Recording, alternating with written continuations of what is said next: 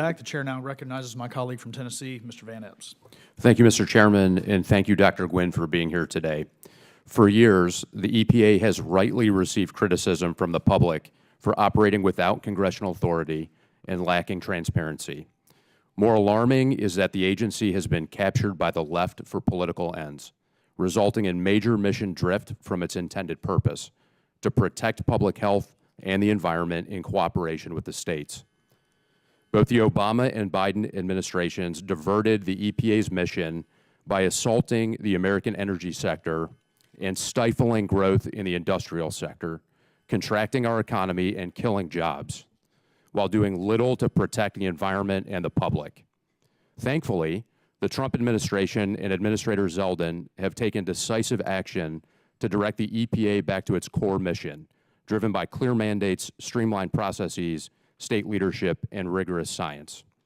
Notably, last year, Administrator Zeldin announced EPA would shift staff from the Office of Research and Development into EPA program offices, while establishing the new Office of Applied Science and Environmental Solutions to align the EPA's scientific functions with the agency's rulemaking authority.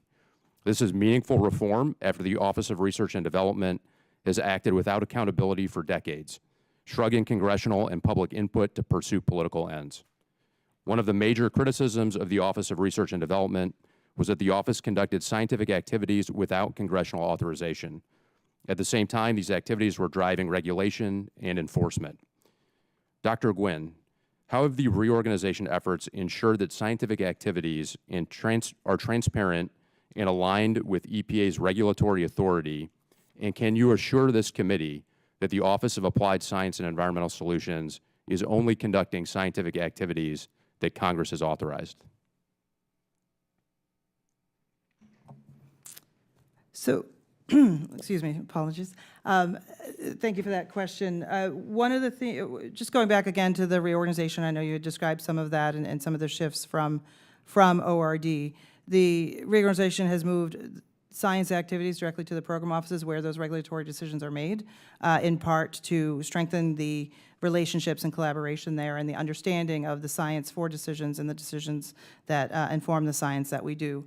With OASIS, we're also doing applied research that is in coordination with those program offices. So I think that gets to the heart of your question in terms of ensuring that it is research that has been authorized by Congress. The research that OASIS is doing is being done largely in collaboration through development of projects and problem formulation together with the program offices to make sure that the work is indeed responsive to the needs of the programs and the agency, and it will help inform the statutory requirements and in the mission to protect human health and the environment. Thank you. With over 60,000 chemicals and refining-related jobs supporting 520 businesses, Tennessee is helping to lead American innovation in advanced chemical manufacturing. In my district, Clarksville, Tennessee, is home to a growing manufacturing hub with companies conducting advanced chemical manufacturing activities, many of them in the early stages of launching new projects. The primary environmental statute that impacts these new manufacturing projects is the Toxic Substances Control Act New Chemicals Program. Dr. Gwynn, the New Chemicals Program has long had a backlog in reviewing new chemicals for manufacturing. There are tools like computational toxicology that may help the agency chip away at that. Can you tell me what work is going on in areas like computational toxicology to advance scientific approaches that can help speed up new chemical reviews, especially considering your expertise in toxicology? The agency has long been a leader in the development of what we call new approach methods in that computational toxicology space.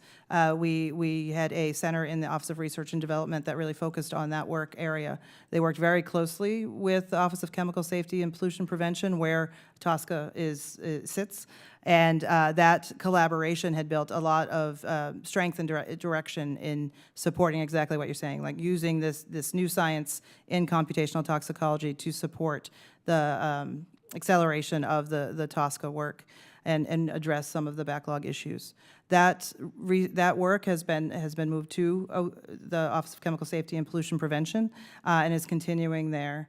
There was a recent announcement this week about some of the aspects of what they've been doing in the short time since the reorganizations have occurred.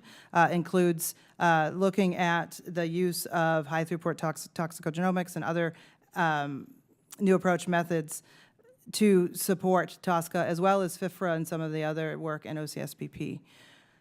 Additionally, along with that announcement, there are the use and implementation of NAMs and the risk evaluations out of TSCA. Their first review for some of that work will be next week under the Science Advisory Committee for Chemicals. And so it's an exciting time to see the actual application and implementation to, again, move decisions on those forward using the new approach methods. Great. Thanks, Dr. Gwynn. Thanks for being here. Mr. Chairman, I yield back.